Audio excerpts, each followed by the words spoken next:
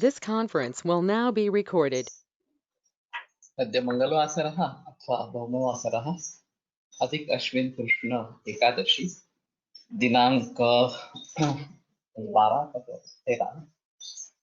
13 अक्टूबर 2020 चरक सूत्र सानध्याय 27 शंखं चक्रं गदौतान् दधतमृतघटं चारुदौर्भिश्चतुर्भिः सूक्ष्मस्वच्छातिहृद्यांशकपरिविलसं मौलिमं भोजनेत्रं कालाम्भोदोज्ज्वलाङ्गं कटितटविलसच्चारुपीताम्बराढ्यं वन्दे धन्वन्तरिं तं निखिलगगनप्रौढदावाग्निलीलम् प्रौढदावाग्निलीलम् ब्रह्मणो समारब्धा मात्रेयाद्येषु पूजितां अस्मदाचार्यपर्यन्तां वन्दे गुरुपरम्पराम् आयुर्वेदरतं वन्दे माधवाख्यं महागुरुम् आयुर्वेदामृतं सर्वं शिष्येभ्यो यः प्रदत्तवान् द्रष्टाज्ञानी दृष्टकर्मा कृतकर्मा तथैव च अध्यापको विश्वश्रेष्ठो महान् संशोधकस्तथा गुणैरेतैः समुदितैः यत्कार्यं प्रतनोति सः समृद्ध्यर्थं हि कार्यस्य वयं प्रयतामहे सरस्वत्यै नमो यस्याः प्रसादात् पुण्यकर्मभिः बुद्धिदर्पणसङ्क्रान्तं जगदध्यक्षमीक्षते आत्रेयं प्रथमं वन्दे आयुर्वेदजगद्गुरुम् आयुर्वेदामृतं सर्वं गृहीत्वा हि सुरेश्वरात् अग्निवेशादिकेभ्यो यत्प्रेक्षति निसत्तमः प्रथमं तन्त्रकर्तारम् अग्निवेशं नमाम्यहम्।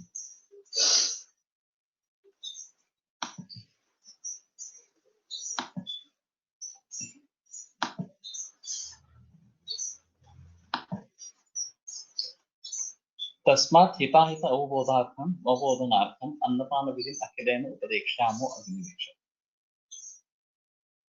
तर्हि विधिविहितं सुयोग्यमन्नपानम् एव स्वास्थ्यार्थम् उपकल्पते, नो चेत् तत् अहितः उपकल्पते इति यत् प्रथमतया उक्तं। ततोऽनन्तरं कस्मात् तावत् हिताहित अवबोधनार्थम् अन्नपानविधिम् उपदेक्ष्यते इति। तर्हि यदि हितं किम् अहितं किम् इत्येतद् विषये ज्ञायते तर्हि हितं कथं सेव्यम् अहितं कथं त्याज्यम् इत्येतद् विषये ज्ञानं सम्यक् अवबोधः भवेत्, सम्यक् ज्ञानं भवेत्। तेन च हितसेवनम् अहितवारणं च भवेत्। एतदर्थम् अन्नपानविधिम् अखिलेन उपदेक्ष्यामः। अन्नपानविधि अहम् उपदेक्ष्यामि इति।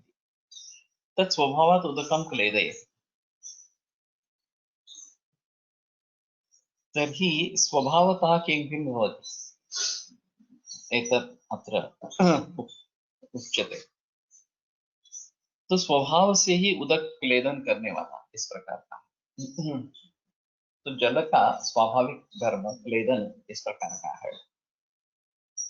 और ऊष्मा वायु क्लेदा, ये जो भाव बताए गए हैं पचन के लिए आवश्यक, इसमें क्लेद ये एक भाव है और वो हमें उदक से प्राप्त होता है, जल से प्राप्त होता है।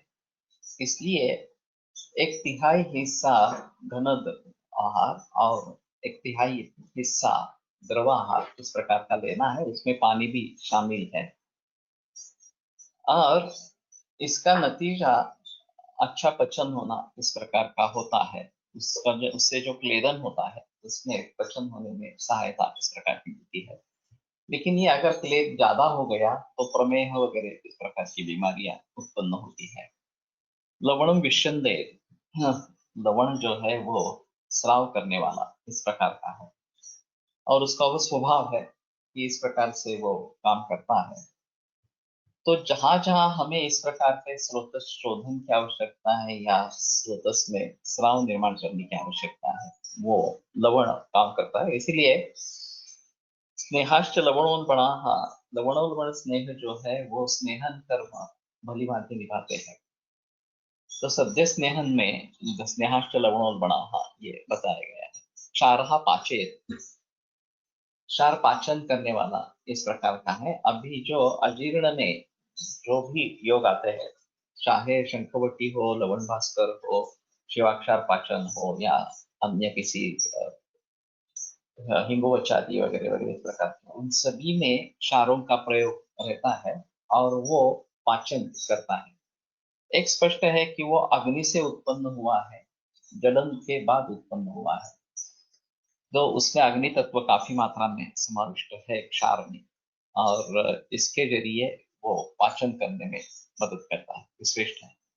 मधुसंदधाति सो ये काफी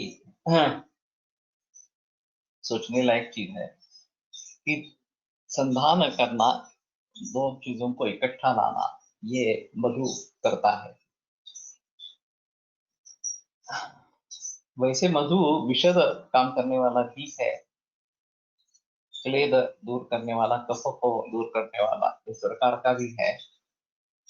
शायद संधान कर्म में भी, संधान जो असवरिष्टों के लिए किया जाता है, तो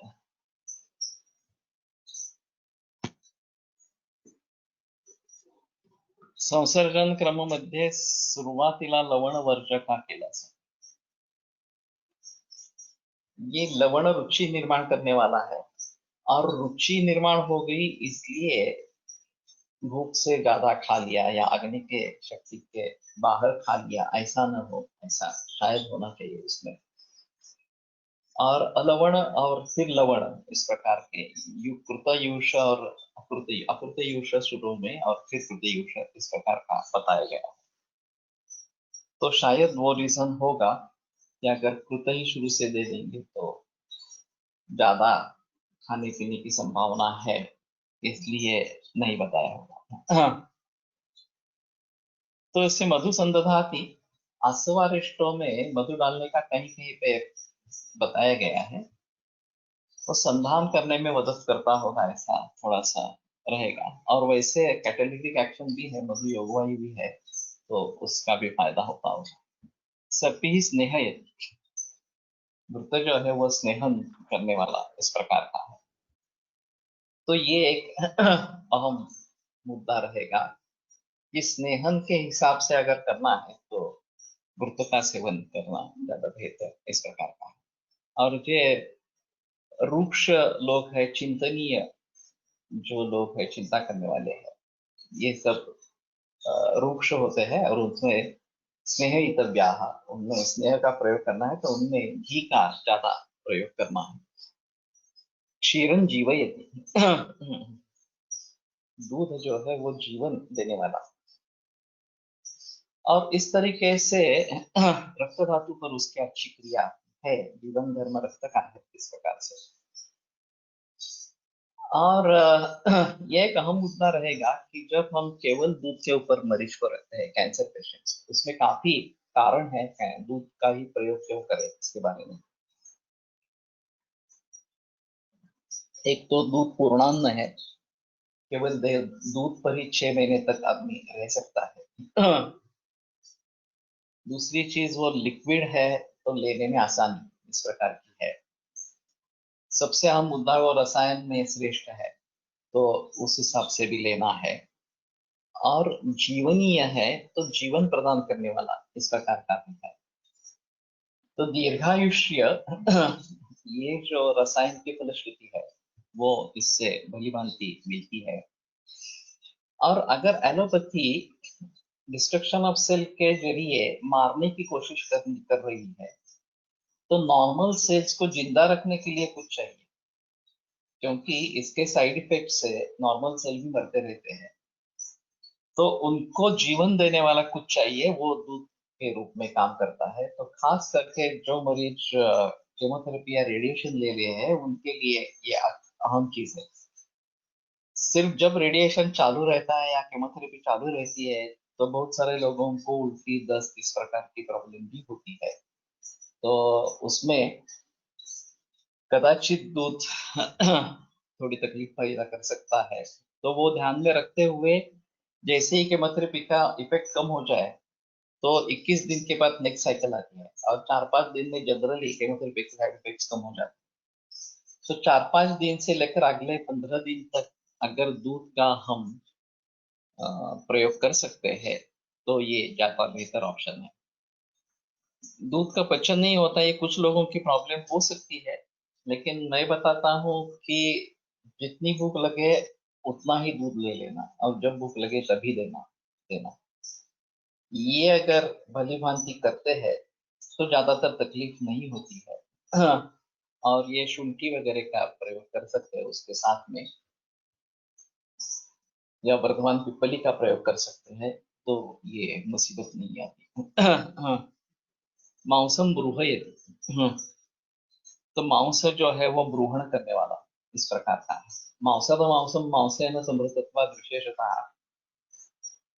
अगर कृष व्यक्ति को पुष्ट करना है तो मांसाद प्राणी का मांस खाना चाहिए, जो मांस भक्षण करने वाले हैं उनका मांस खाना है इस प्रकार से।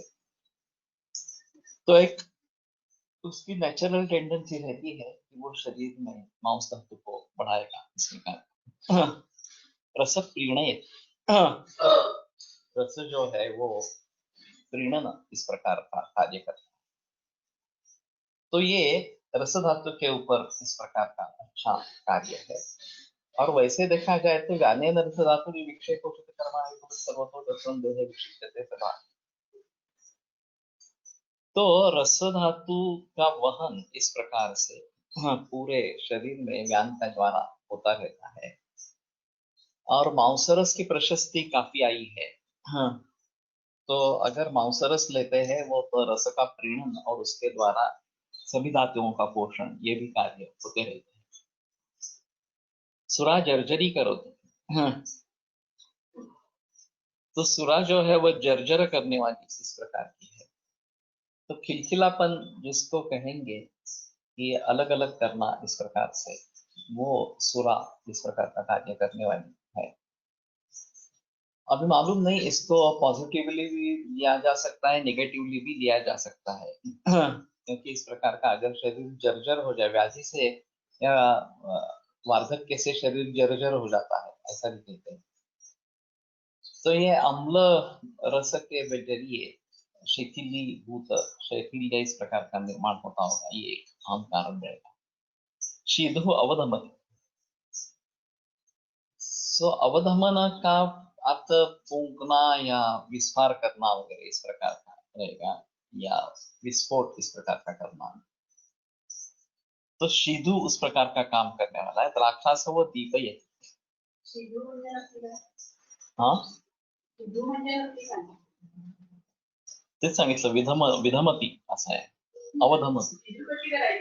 हाँ, शीधु है, शीधु एक प्रकार का मध्य है। शीधु मार्मिक माधवान, अभी मुझे पक्का यह श्लोक याद नहीं आ रहा। शिरका जिसको कहते हैं उस प्रकार का थोड़ा सा है। जर्जरी कर्म चिकित्सित कुठे वापरता येईल ग्रंथी अर्बुदम। हो सकता है कि ग्रंथी अर्बुद में उसको खिलखिला करना, उसमें जर्जर करना उसको, ये पॉसिबल है। तो बाहर बाह्य प्रयोग या आभ्यंतर प्रयोग इसका कर सकते हैं। हाँ, द्राक्षास व दीपयति, उसाच्या रसापासून सिधू बनवतात। ओके, तो ये इक्षुरस से बनती है। और अवधवत द्राक्षास दीपन करने वाला इस प्रकार का है। और जो राधा में श्लोक आता है, मांसमेवाश्नुतो युक्त्या मार्गविकम पिबतोनुच अविधारित वेगस्य यक्ष्मान नमतेंतरम। तो मांसभक्षण और उसके साथ में ये द्राक्षास इस प्रकार का अगर लेते रहते हैं तो अग्नि प्रदीप्त होता है, स्रोतों का विकास इस प्रकार का हो जाता है। और रसोत्पत्ति लगता है, मांसाहारी होते हैं, तो ये जो श्रृंखला है वो टूट जाती है और पुष्टि होने लगती है। अवधमती म्हणजे काय करते, अवधमन का मैंने जैसे कहा कि फूंकना ये है एक्चुअली। तो हाँ, छोटे से चीज को लेकर या छोटे छिद्र से एकदम विस्तार हो जाना, ये जो भाता रहता है,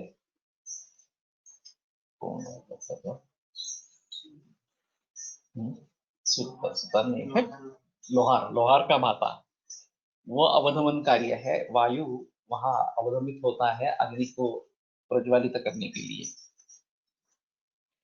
हाँ, पाणितम आचिनोति, पाणित ये जो है म्हणजे आकाश निर्माण करणे असा होईगा, हो सकेगा। अवकाश निर्माण करना ये कार्य हो सकेगा इसके जरिए। सीधु, मैंने एक अजीब उदाहरण सुना था। इंग्वाइनल हर्निया हुआ था और पूरा अंत्र नीचे चला गया था भूषण में, और करीबन वो जानू तक आया था, और फिर भी उस व्यक्ति को कोई तकलीफ नहीं थी।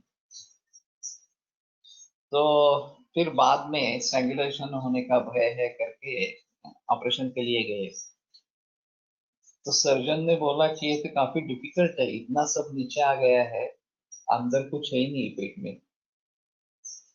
तो उसने पहले गुदमार्ग से हवा भरने का प्रयास किया पेट में, और अवकाश निर्माण किया थोड़ा थोड़ा थोड़ा करके, और फिर ऑपरेशन करके ये उसमें डाला।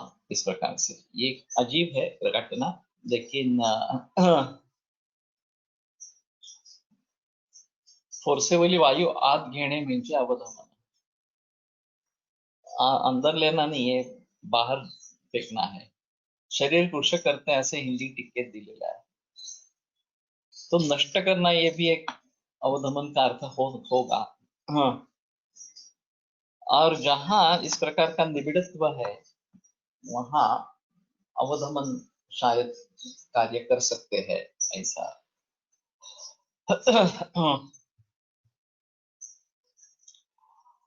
पाणितम आचिनोति, काकवी या पाणित जो है वो दोष संचय करने वाली इस प्रकार की है। तो अभी लोगों में पाणित बहुत अच्छी है, उसमें कैल्शियम है, उसमें आयरन है वगैरह वगैरह करके सलाह दी जाती है। ज्यादातर लोग पीते नहीं है वैसे, और बहुत मीठी होने के कारण भी थोड़ा रिलेक्टेंस होता है इसके बारे में। हाँ, फिर भी मूत्रकुक्ष के लिए पाणित अच्छी है। तो अगर मूत्रकुक्ष में प्रयोग करना है कुछ दिनों तक शुरू में, तो ये अच्छा काम करती है। बाद में त्रिदोष कारक है, ये बात ध्यान में रखनी जरूरी है। दधि शोफन जने, दही जो है वो शोफ निर्माण करने वाला, सूजन निर्माण करने वाला। तो एक तो सूजन हम हाथ पांव मुंह पे देख सकते हैं, और मरीज इस प्रकार से पाए जाते हैं। कोलटकर सर का एक अजीब अनुभव है कि 12-14 बरस के एक लड़का लड़की, माता पिता दोनों कहीं गांव चले गए थे, और वो 3-4 दिन में आने वाले थे। तो ये दोनों ही घर पे थे, तो दूध काफी शेष रह जाता था, तो उस दूध का क्या करे तो उन्होंने दही करके खाया और दोनों के हाथ पैर में बहुत सूजन आ गई। तो कोलटकर सर उनके फैमिली डॉक्टर थे, तो उनके पास आए, क्या ऐसा ऐसा हो गया। तो सर ने पूछा कि तुमने क्या अलग किया। तो उन्होंने बताया कि हमने दही खाया 2 दिन में, दूध बहुत रहता था तो क्या करे उसका, इसलिए दही करके खाया। तो कलेक्टर सर ने कहा ठीक है, अभी ऐसा करो, वैसे ही दही बनाओ लेकिन मंथन करके तक्र बनाओ, और तक्र पियो 2 दिन दही जैसे खाते थे वैसे ही तक्र पियो। और बगैर कुछ मेडिसिन शोध चला गया। तो दही ये शोथ निर्माण करने वाला है, और तक्र शोथघ्न है। तो इस प्रकार से अगर हम काम कर सकते हैं, इसमें मरीज भी दे सकते थे, प्रमाद की अभिसंधि गुण को वो टालने वाला इस प्रकार का। लेकिन सर ने सिर्फ तक्र बताया और हो सकता था लेकिन दधी के विपरीत दूध के बजाय तक्र अच्छा है उस समय में। पेरिकार्डियल इफ्यूजन, प्लुरियल इफ्यूजन एक्सेट्रा अवस्थेमध्ये अभ्यंतर शोथ म्हणता येईल। यस कह सकते हैं। सूत्रस्थान में जो त्रिश्रोतीय अध्याय है उसमें शुरू में शोथ आता है और फिर गिलायु हो जाता है, शोथ आता है और वृद्धि हो जाती है वगैरह वगैरह। इस प्रकार से बहुत सारे विकार बताए गए हैं। और वैसे भी मॉडर्न मेडिसिन में इन्फ्लेमेशन ये जो बात बताते हैं वो बहुत सारे रोगों का मूल कारण इस प्रकार का या शुरुआत है उसकी। और इसमें इस प्रकार के अभ्यंतर सूजन हो जाना ये होता है, तो उसको हम शोथ पकड़ कर ले सकते हैं और शोथ बिना दवाइयों का प्रयोग कर सकते हैं, उसमें कोई प्रॉब्लम नहीं है। सिर्फ पेरिकार्डियल इफ्यूजन हो गया या प्लूरल इफ्यूजन हो गया तो वहां पे स्पेसिफिक कौन सी दवाइयां काम करेगी ये थोड़ा सोचना पड़ेगा और उन्हीं दवाइयों का प्रयोग वहां पे करना पड़ेगा। लेकिन दही से होता है तो दही को टालना। पिण्याक शाकं ग्लपयसि पिण्याक शाक जो है वो ग्लपन करने वाला इस प्रकार का है। अभी सोयाबीन की सब्जी बनती है, वो मालूम नहीं मुझे किस प्रकार से सोयाबीन की सब्जी तैयार होती है, लेकिन मुझे लगता है कि सोयाबीन का तेल निकालने के बाद जो पिण्याक है वही सब्जी के रूप में वास्तव में लाता है, क्योंकि अब तो पत्र वगैरह ऐसा कुछ शाक नहीं है, ये गट्ठा इस प्रकार का है। शोथ और शोफ जो है वो आतेज होता है और शोथ जनरल हो सकता है। तो यहाँ दधि शोफम जनयति ये जो बताते हैं, तो कई जगह ये दोनों का प्रयोग एक पर्याय के रूप में होता रहता है। तो नहीं तो वणसरकर जी का कहना था कि शोफ का ज्यादा मतलब वात से इस प्रकार का है। तो शायद सोयाबीन की सब्जी पिण्याक शाक में कही जाएगी और वो ग्लपन करने वाली है, वो भी अच्छी इस प्रकार की नहीं है। वैसे पुराने जमाने में तिल पिण्याक ये प्रचलन में ज्यादा था। अभी मूंगफली की भी पिण्याक अवेलेबल है और मालूम नहीं सोयाबीन वगैरह की, सोयाबीन नहीं सनफ्लावर वगैरह की भी पिण्याक इस प्रकार की मिलती है क्या? लेकिन ये पॉसिबल है और ये ज्यादातर जानवरों को खिलाई जाती है पिण्याक जो है वो, लेकिन हमारे हिसाब से वो ग्लपन करने वाली है। प्रभुतांतर मलो माश सूपा, माश सूप जो है वो प्रभु मल निर्माण करने वाला अभ्यंतर मल निर्माण करने वाला इस प्रकार का होता है। इसके बारे में मैंने जिक्र किया था। मणिमाधव शास्त्री जी ने एक आर्टिकल लिखा था आयुर्वेद पत्रिका में, सर्वांगात स्कूटर फिरते, जिसका शीर्षक था। और रोगी ये इस लक्षण को लेके बहुत वैद्यों के पास गया कि मेरे शरीर पूरे बदन में स्कूटर घूमती रहती है कोई समझा नहीं ये क्या बता रहा है। फिर मणिमाधव शास्त्री जी ने समझ लिया कि पुरीश वायुरंत्राणी सशब्द वैष्टन्य कुक्षो पीड़े दुषम।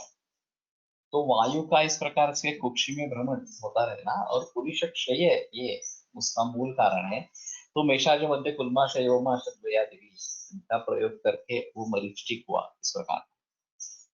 तो प्रभु तो अंतर्मल, अंतर्मल निर्माण करने वाला माश सूप बताया गया। तो सूप का मतलब संस्कृत में वर्ण है। अंग्रेजी जो सूप है उसके लिए संस्कृत का शब्द यूष है। तो ये बात ध्यान में रखें, नहीं तो सूप को देख के हम ज्यादा समझेंगे कि हाँ ये तो सूप इस प्रकार का है।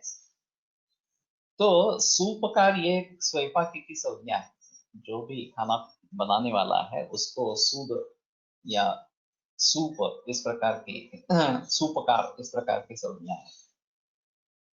तो शायद ये वरण दाल बनाना ये एक खासियत होती और इंग्रेडिएंट्स चाहे कुछ कम हो कैसे भी हो, लेकिन एक हस्तकौशल्य रहता था कि इससे बनी दाल बहुत बढ़िया इस प्रकार की बनी।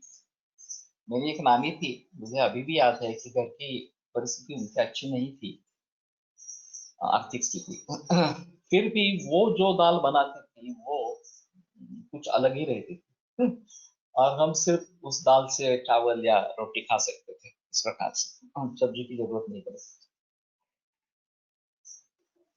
तो सूप का मतलब यहाँ पे दाल इस प्रकार का है। पिण्या कशाक नावाची वेगळी भाजी असते की तिलपेंडला फोडणी देऊन केलेले व्यंजन। मुझे लगता है कि तिलपेंड को ही बनाते हैं इस प्रकार से। और पुराने जमाने तो सिर्फ यही था, लेकिन अभी सोयाबीन शाक जो बनती है वो मेरे ख्याल में इसी तरीके से बनती है। एक बार ढूंढना पड़ेगा कि हाँ, हरित शिगु पिंड्या कला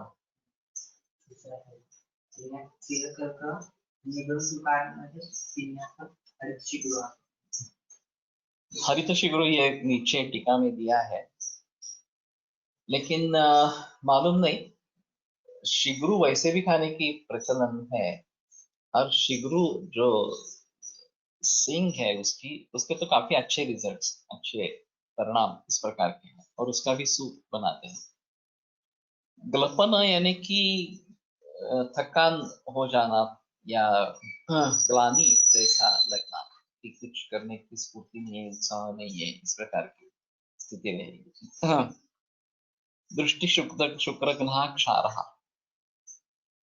क्षार जो है वो दृष्टि और शुक्र इन दोनों का नाश करने वाला इस प्रकार का है।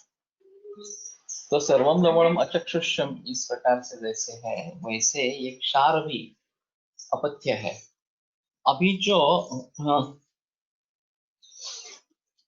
सोयाबीन लाह्या असतात, लाह्या तो नहीं लगता। लाह्या अलग चीज है। ये दिखता है, जो सोयाबीन की सब्जी दिखती है वो पेंट जैसी ही दिखती है, इसलिए मुझे लगा कि ये शायद सोयाबीन पिन्याक इस प्रकार का है। चाइनीज का ज्यादा प्रचलन है अभी, और इसमें क्षार बहुत सारे अजीनोमोटो वगैरह जो चीजें हैं इसमें डालते हैं चाइनीज, वो काफी गंभीर है और अच्छी नहीं है। तो उसके बारे में थोड़ा सोचना पड़ेगा। हाँ, थकवा कोम कोमेज में, हाँ कोमेज में थकवा। सोयाबीन भाजीहून त्याच्या मुगाच्या डाळीसारखा वळ्यात असतात। भिजवून त्याच्या मुगाच्या डाळीसारख्या वड्या असतात।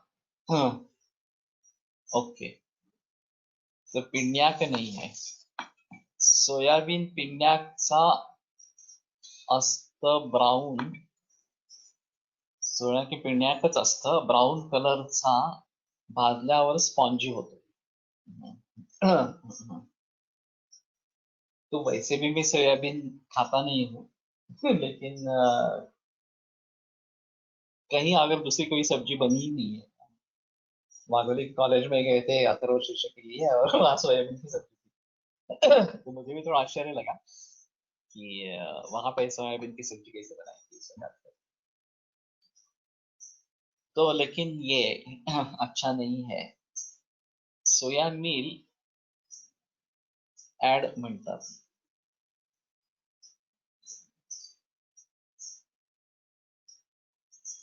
म्हणतात असे, मुझे काय कळलं नाही।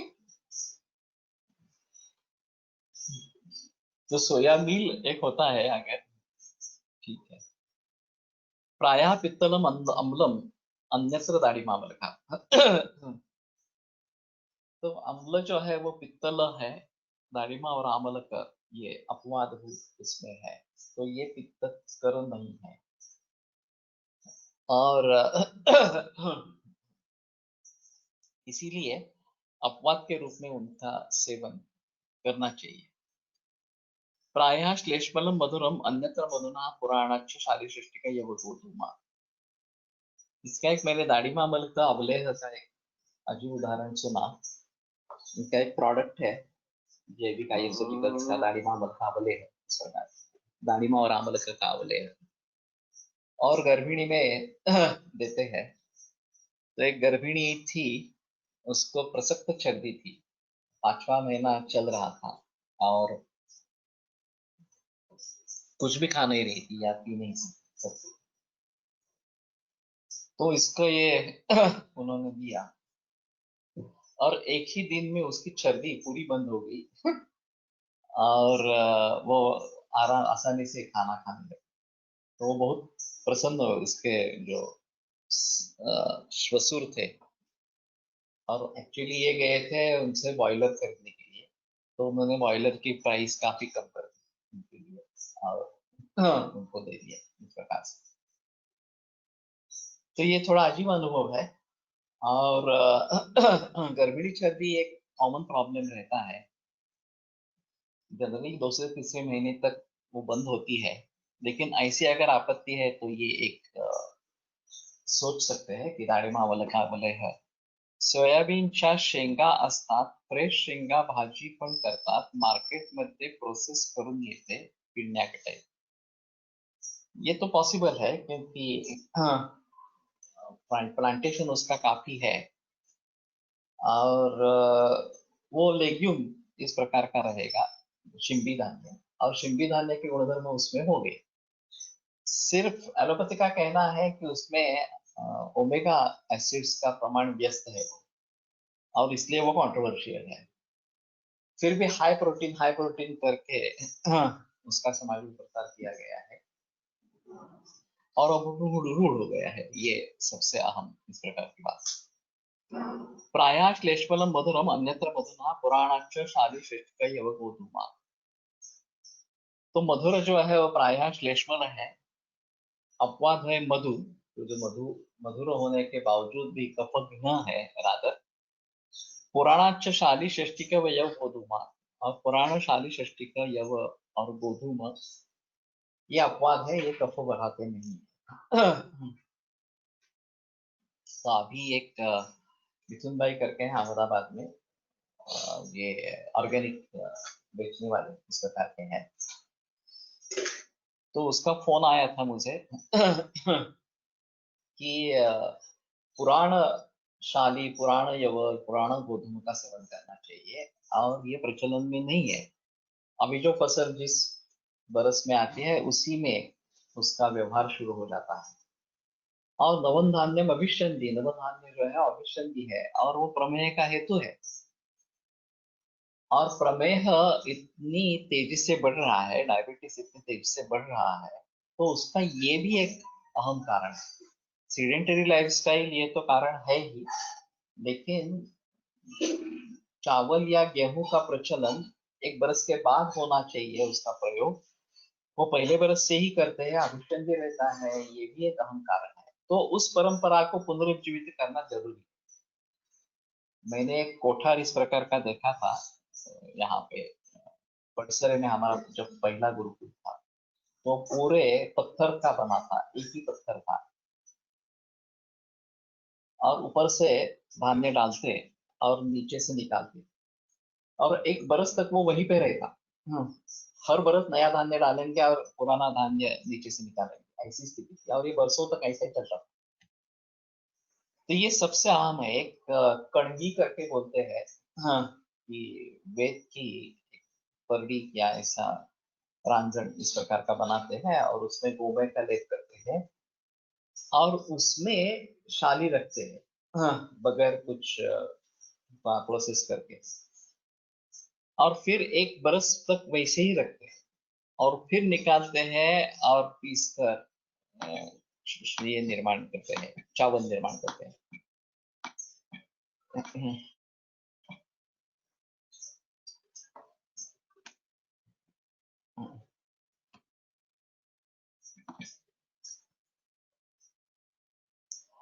सोयाबीनचे दूध तयार करून पर्यायी निर्भेळ दूध तयार केले जाते। कडवटपणा काढून टाकलेल्या सोयाबीनची कणिक वापरून पोळ्या, ब्रेड, बिस्किटे नान कटाई केक करता येतात, डाळीचे पदार्थ म्हणजे शेव, चकली, मिसळ बनवता येतात.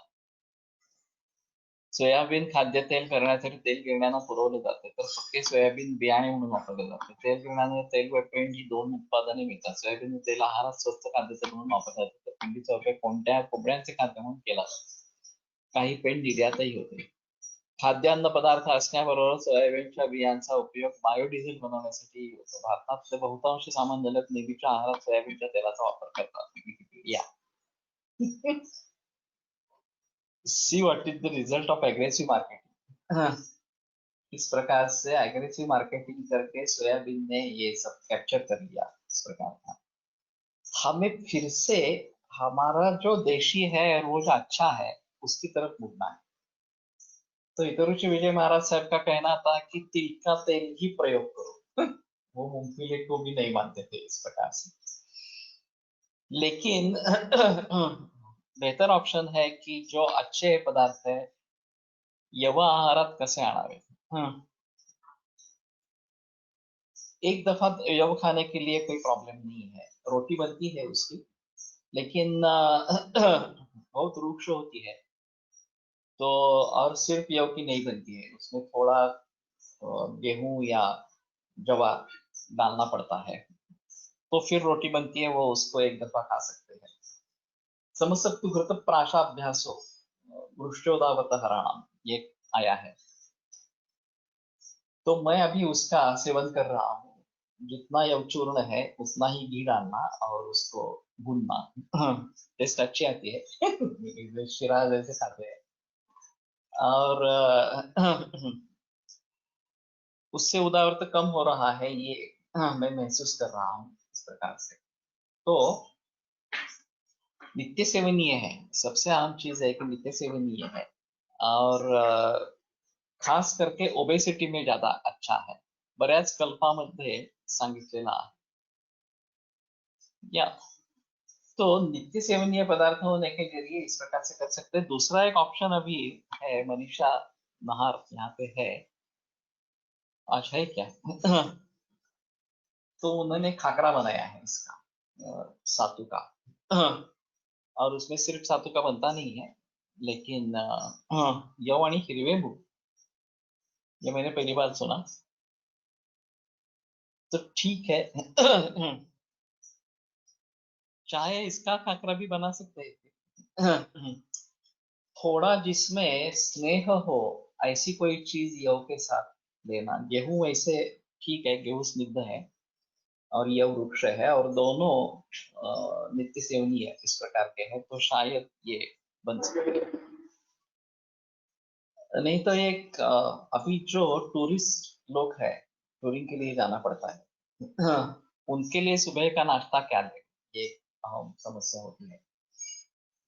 तो इस प्रकार का खाकरा और उसके साथ में घी या कोई चटनी ऐसा ले लेंगे तो पेट भरता है, टेस्ट भी अच्छी है, और बाहर का कुछ खाने का स्वाद उसमें नहीं रहता, और नित्य सेवनीय है, ये सभी चीजें उसमें है। तो उसका अगर प्रचार प्रसार करेंगे, 1 किलो यव आणि 1.5 किलो मूग एकत्र करून आहे।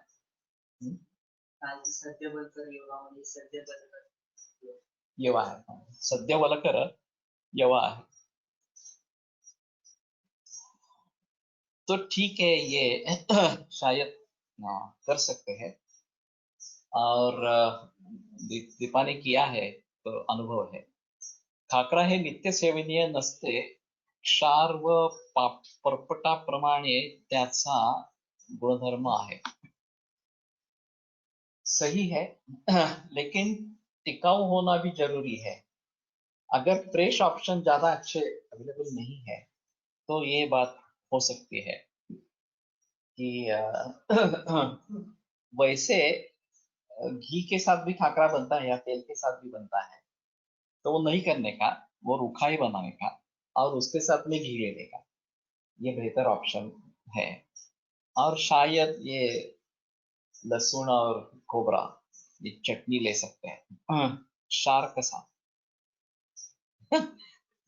तो मनीषा ने इनपुट दिया है कि इसमें क्षार नहीं है, लवण डालते हैं लेकिन क्षार नहीं है. यवाच्या काय झालं, गव्हाने छान होतात. यवाच्या घावन नहीं, घावन कह रहे हो क्या? मुझे पता नहीं क्या बता रहे हो.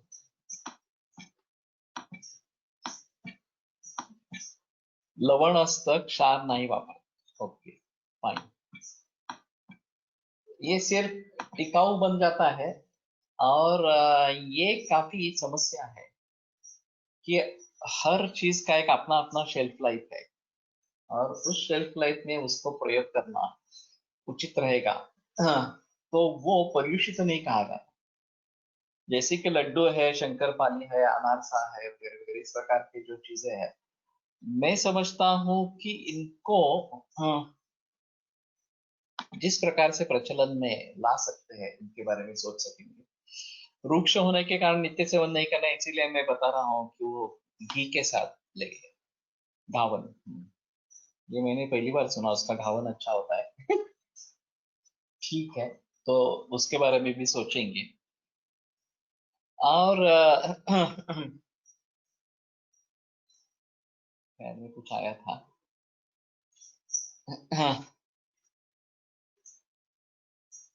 हाँ, ये अनारसा हर्डीकर का जी काफी पसंद था. वो घी में बनता है, ज्यादा टिकता नहीं है. लेकिन ये भी एक ऑप्शन हो सकता है. जो टूरिंग करने वाले हैं लोग, उनके लिए नाश्ते में अगर कुछ ऑप्शंस देने हैं, तो एक शंकरपाली जो घी में बनी है, चाहे मीठी बनाओ या थोड़ी नमकीन बनाओ. दूसरा अनारसा, ये खाकरा. और थोड़ा इसके बारे में और सोचेंगे कि जो पौष्टिक हो. लवण पण चांगले नाही ना. लवण, लेकिन ऐसा है ना कि लवण तो हमारे हाथ पे रोज में खाने में है ही. वो ज्यादा मात्रा में नहीं होना चाहिए, नमकीन ज्यादा होना इस प्रकार का नहीं चाहिए, तो बाकी कुछ प्रॉब्लम नहीं रहेगा. खाकरा खरपाक नाही होत, नाही का होत. खरपाक नहीं कहेंगे. खरपाक यानी कि दग्ध हो गया, इस प्रकार का दग्ध को नहीं करते. लेकिन उसमें द्रवांश और कम हो जाता है. रोटी में जितना द्रवांश रहता है उतना इसमें नहीं रहता, ज्यादा सूखापन आ जाता है. ये सबसे अहम है, इसलिए उसके साथ में घी लेना जरूरी है. यवची शेतात स्वतंत्र उत्पन्न घेता येईल का? कल्टिवेशन साठी कुठे गाइडेंस मिळेल का? मुझे भी मालूम नहीं है. लेकिन ये गेहूं के खेत में आता है ऐसा बोलते हैं, नेचुरली आता है. लेकिन हो सकता है अगर कमर्शियली इसका प्रयोग करना है तो कर सकते हैं. थोड़ा देखना पड़ेगा. वेयर कैन वी गेट येवर? पुणे में कुछ ही दुकान ऐसे है. अभी मुझे पता चला कि तुलसी बाग में भी है, और वो 120 रुपए किलो, इतना ज्यादा है नहीं प्राइस उसकी. 50-60 रुपए, 70 रुपए तक होना चाहिए. स्मिता बाबर है क्या अटेंडिंग? इच्छी अटेंडिंग स्मिता बाबर, वो शायद बता सके. वो एक पूरणमल नाम का दुकान है मार्केट यार्ड. मनीषा भी बता सकती है कहाँ मिलती है, कहाँ येऊ मिलता है. मग पापड पण आपण अपथ्यामध्येच सांगतो ना. खाकरा पापड प्रोसेस एकच असते. इसमें भर्जित होता है, पापड़ बाद में भर्जित करते हैं. ये एक थोड़ा अंतर है. और पापड़ में क्षार डाले जाते हैं, खाकरा में नहीं डाले जाते. पापड़ खार ये जो है वो पापड़ में डाले जाते हैं, इसलिए पापड़ का नित्य सेवन अच्छा नहीं है. यव म्हणजे बार्ली का? नो. यवाच्या लाह्याही मिळतात. का मिळते हैं?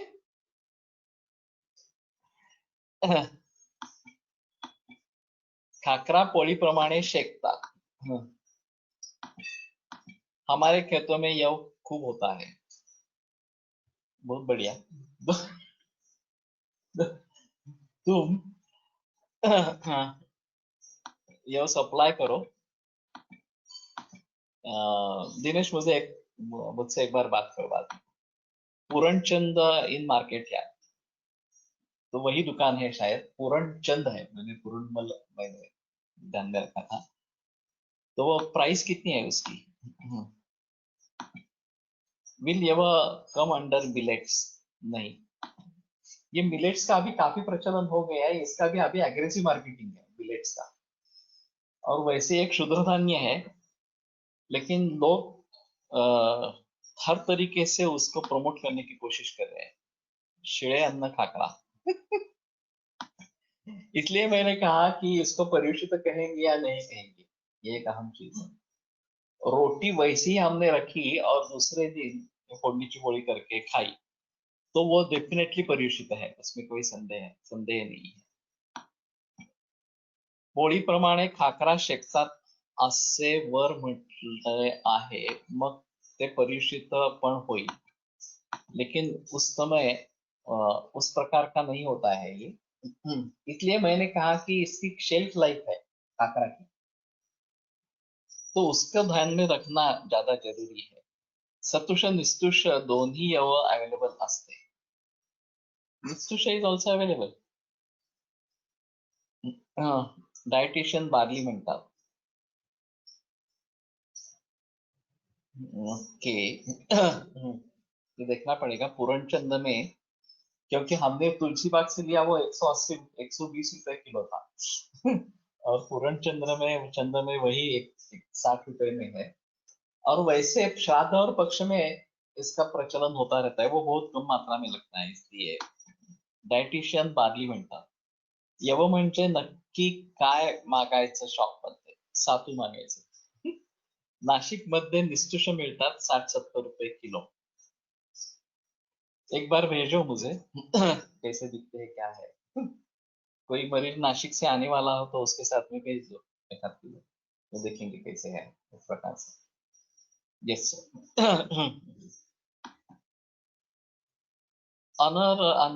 अनारसाबद्दल काहीतरी सांगत होता सर तुम्ही। हार्डीकर जी जो है थे MC अहमदाबाद में, वो अनारसा की बहुत प्रशस्ति करते थे और उसको परहेज में डालते थे। तो ये चावल से बनता है, गुड़ है और घी में पकाया जाता है। तो गुरु है वैसे बात देखा जाए तो, लेकिन वो कहते थे कि गुरु भी नहीं है, और टेस्ट तो बहुत अच्छी रहती है। अभी मेरा एक लेक्चर है बालकों के लिए, हाँ टीनेजर्स, इस्कॉन के मंदिर में, इस शुक्रवार को या शनिवार को होगा। तो न्यूट्रिशन के बारे में है। और ऑनलाइन ही है। तो इसमें ये भी लोग रहेंगे, पालक भी रहेंगे, उनके पेरेंट्स जो है वो भी रहेंगे। नहीं नहीं, अनारसा लघु है जी। अभी ये थोड़ा सा देखना पड़ेगा ग्रंथों में इसके बारे में कुछ वर्णन है क्या। जैसे कि रसाला श्रीखंड का पर्याय हो सकता है, उसके बारे में ग्रंथों में वर्णन है। जिलेबी के बारे में वर्णन है। सर मिलेट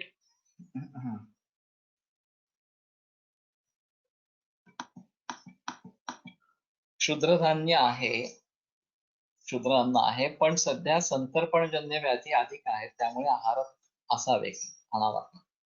अगर संतर्पणोत्सव विकार है तो ही लाए, नहीं तो नहीं लाए। शास्त्र पाठ है उसका, तो फिर मुझे वो पाठ बता दो कहाँ पे है। शायद शिव कुतूहलन, भोजन कुतूहलन, निघंटु रत्नाकर, इसमें देखना पड़ेगा। निस्तुष यवाची पोळी बनते without adding any other flour, no need to add wheat flour. ये भी अच्छा है, ठीक है देखेंगे। Can we get link on GSBC group lecture in ISKCON? मुझे उनसे बात करनी पड़ेगी। वो ग्रुप में कितने लोग हैं मुझे मालूम नहीं है। अगर उनकी संख्या कम है तो शायद हो सकता है, मैं बात करूंगा। और हो सकता है तो करेंगे, मुझे कोई प्रॉब्लम नहीं है। और अगर ये उठलं तर आपण प्लॅटफॉर्म ऊपर तो W ओबीएस ओबीएस प्लेटफॉर्म बना के करते हैं, तो शायद ऑनलाइन भी हो जाएगा, डायरेक्ट लाइव ऑन यूट्यूब ऐसा भी हो जाएगा। तो पूछ लेते हैं उनसे, अगर करना चाहते हैं इस प्रकार से ओबीएस प्लेटफॉर्म का प्रयोग करके तो ठीक रहेगा। तो आप सभी यूट्यूब में ज्वाइन हो सकते हैं।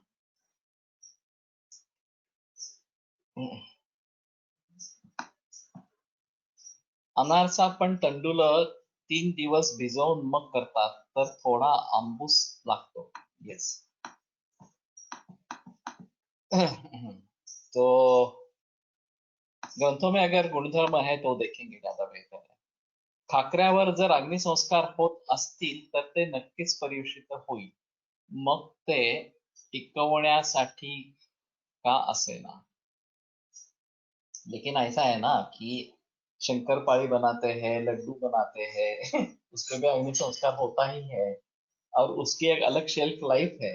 ऐसा नहीं है कि उसकी शेल्फ लाइफ नहीं है इस प्रकार। तो ये परिचित में गिना नहीं जाएगा। इसके बारे में काफी बहस होगी, परिचित किसको कहेंगे और किसको नहीं कहेंगे। जो चीज एक दिन के उपरांत फ्रीज का वापर इस्तेमाल नहीं करते हुए खराब हो जाती है, तो उसको जरूर परिचित कहना कहना है और उसका सेवन नहीं करना है। लेकिन जो टिकने वाली है इस प्रकार से, उसके बारे में थोड़ा अलग सोचना पड़ेगा। अपूप म्हणजे अनरसा अपूप के बारे में काफी संदेह है। धीरड़ या आंबोली से लेकर रोटी सभी को अपूप कहा जाएगा, तो ये भी हो सकता है अपूप का अर्थ, अनरसा ये भी अर्थ हो सकता है या वड़ा इस प्रकार का भी किया जाता है, तो ये काफी मुश्किल है। मालपुआ ये पूरी इस प्रकार की जो है, लेकिन नहीं बता सकते, अपूप का एक ही अर्थ होगा, ये कहना जरा मुश्किल इस प्रकार का है। तो उसके बारे में अलग से सोचना पड़ेगा। ठीक है, ये काफी अलग ही चर्चा हुई, लेकिन मैं सोचता हूँ कि ये हमारी समस्या है कि बच्चों को क्या खाना खिलाए, और उनको कुछ ना कुछ अलग चाहिए इस प्रकार का, वो जिद करते रहते हैं, और जो टीवी पर जो एडवर्टाइज आते रहते हैं विज्ञापन, उनके अनुसार वो डिमांड करते रहते हैं। तो अच्छी चीज क्या हो सकती है, ये इसके बारे में थोड़ा सोचना है। तो कभी खाकरा दे दिया, कभी अनारसा दे दिया, कभी शंकरपाळी दे दी वगैरह, इस प्रकार से कुछ कर सकते हैं। I think these are better option than bread, Maggi etcetera. वो तो सही है। इसलिए जिनके गुणधर्मों के बारे में हम बता बता सकते हैं, वो भी एक अहम चीज इस प्रकार की रहेगी। और इसलिए मैं चाहता हूँ कि हम रसाला को प्रयोग में लाएं। वैसे वो ब्रूहण है, मनुष्य है, और प्रतिष्ठा वगैरह को जीतने वाला है, जैसे रसाला प्रतिष्ठा है, ये भी बात बताई गई है। तो उसको अगर भली भांति बनाएंगे, और उसमें मरीच है, मसाला में मरीच है और कपूर है और गुड़ है, तो ऑर्गेनिक मसाला बन सकती है। हम अभी सोच रहे हैं कोकोनट में क्या, दूध का क्या करेंगे इसके बारे में। तो एक रसाला एक ऑप्शन इसमें है। दूसरा एक ऑप्शन पनीर का है। पनीर को मैं खुद नहीं चाहता, लेकिन पनीर को डिमांड है तो उसको बेचने में ज्यादा दिक्कत नहीं होगी। रसाला नया प्रोडक्ट होगा उनके लिए, तो लोगों को समझाने में काफी समय जाएगा, काफी तो बनते नहीं है इसलिए नहीं खाते होंगे, ऐसा है शंकरपाळी। अगर पारंपरिक आहार की तरफ मुड़ेंगे तो वो बेटर ऑप्शन है। भावप्रकाश क्षेम कुतूहलम मध्ये खूप टेस्टी हेल्दी रेसिपीज आहेत, या सही है, तो उसके बारे में सोचना है। उनका निर्माण हम किस प्रकार से कर सकते हैं।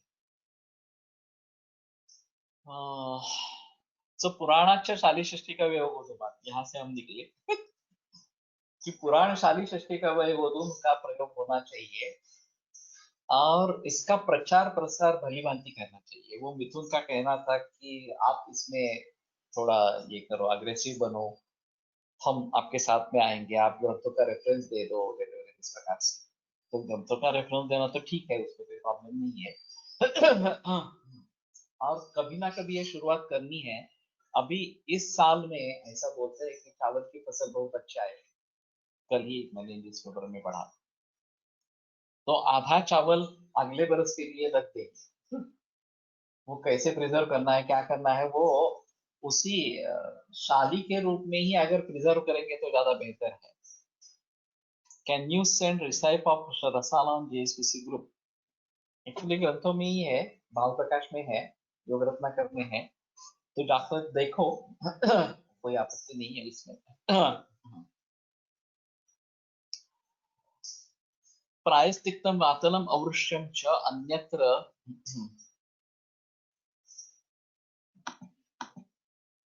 वेगा ग्रामृत पटोल वेत्राग्र पाहिजे मला, पटोल पत्रा। वेगाग्र का कोई अर्थ नहीं। तुमच्याकडे पाठ तोच आहे ना, खाली काही केलंय का? अमृता पटोल। तो इसकी शाख भी बनती है। अमृता गुड़ की पत्तों की शाख बनती है। और मैंने एक सुना था, और कोई चीज बनती है इससे। वेताग्र, या तो वेताग्र का वो मालूम नहीं। बाम्बू शूट्स की सब्जी बनाते हैं, लेकिन वो अलग चीज है। पत्तों की सब्जी या सिर्फ उसके अग्र जो है वो लेकर सब्जी बनी ज्यादा अच्छा रहेगा। और पटोल पत्र। पटोल पत्र इस प्रकार खाने की आदत नहीं है। ये भी काफी रुद्य वगैरह ऐसा है, तो करना चाहिए। प्रायः कटुकम वातलम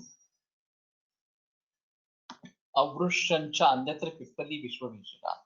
तो कटुक, वातल, अवृश्य, सिर्फ पिप्पली और विश्व भेषज, ये अपवाद इस प्रकार के हैं, तो उनका बलिवंती प्रयोग इस प्रकार में किया जाए। तो ये स्वभावतः ये है। गुळवेलच्या ताज्या पानाची भाजी मी खाल्ली आहे, मुगाची डाळ टाकून केली होती, बऱ्यापैकी कडू असते। मैंने सुना था कि तिक्त नहीं है ज्यादा। वो पत्ते कैसे लिए है इसके ऊपर थोड़ा रहेगा। कोमल पत्ते ले लेंगे तो तिक्त रस नहीं रहता है ज्यादा। लेकिन अगर थोड़ी भी पुरानी हो गई हो तो शायद ये तकलीफ ये तिक्त रस में होगी। लेकिन ठीक है। वैसे भी हम करेला वगैरह खाते ही है, तो ये सब्जी लेने में कोई प्रॉब्लम नहीं होनी चाहिए। गुळवेलच्या पानाची वास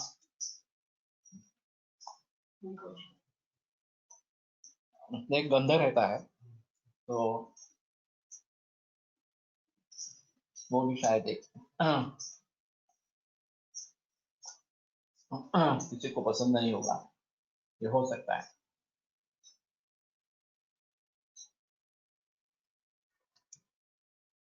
तो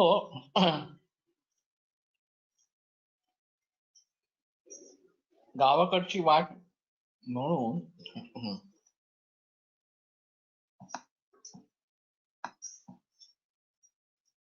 गुळवेल पानाच्या वड्या छान होतात। जेएसवीसी में कैसे करना है बताओ। गावाकडची वाट म्हणून एक यूट्यूब चॅनेल आहे, ज्यात भरपूर रानभाज्या कशा ओळखायच्या व करायच्या दाखवले। गावाकडची वाट। ओके, मराठी नहीं होगी। टाइटल तो मराठी है। तो ठीक है,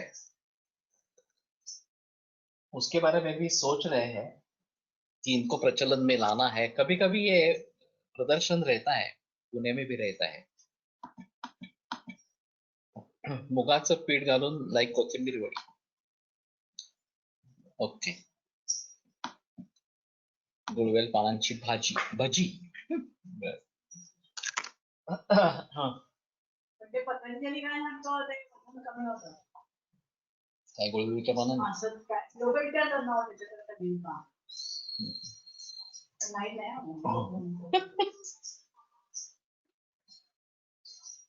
तो ठीक है, वैसे अमृता रसायन है तो कुछ ना कुछ उसका फल उस प्रकार का भी शायद मिलेगा.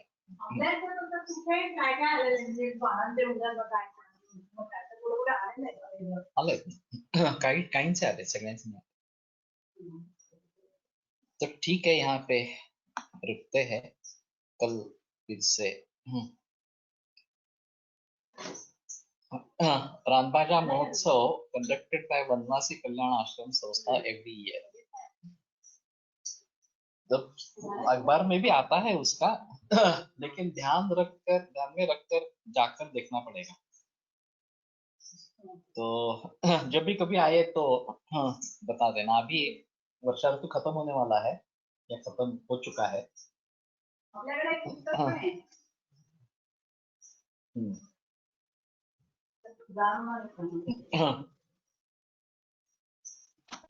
आयुर्वेद प्रकांडो निगदित इह शल्यतंत्र प्रधानः शिष्येभ्यः शाश्वतोऽयं निखिलजनकृपा व्याप्तचित्तेन येन आयुर्वेदस्य वाञ्छन् पुनरपि भुवने काञ्च सुष्ठु प्रतिष्ठां श्रेष्ठं धन्वन्तरिं तं प्रणमति च सदा वैद्यवर्गो हि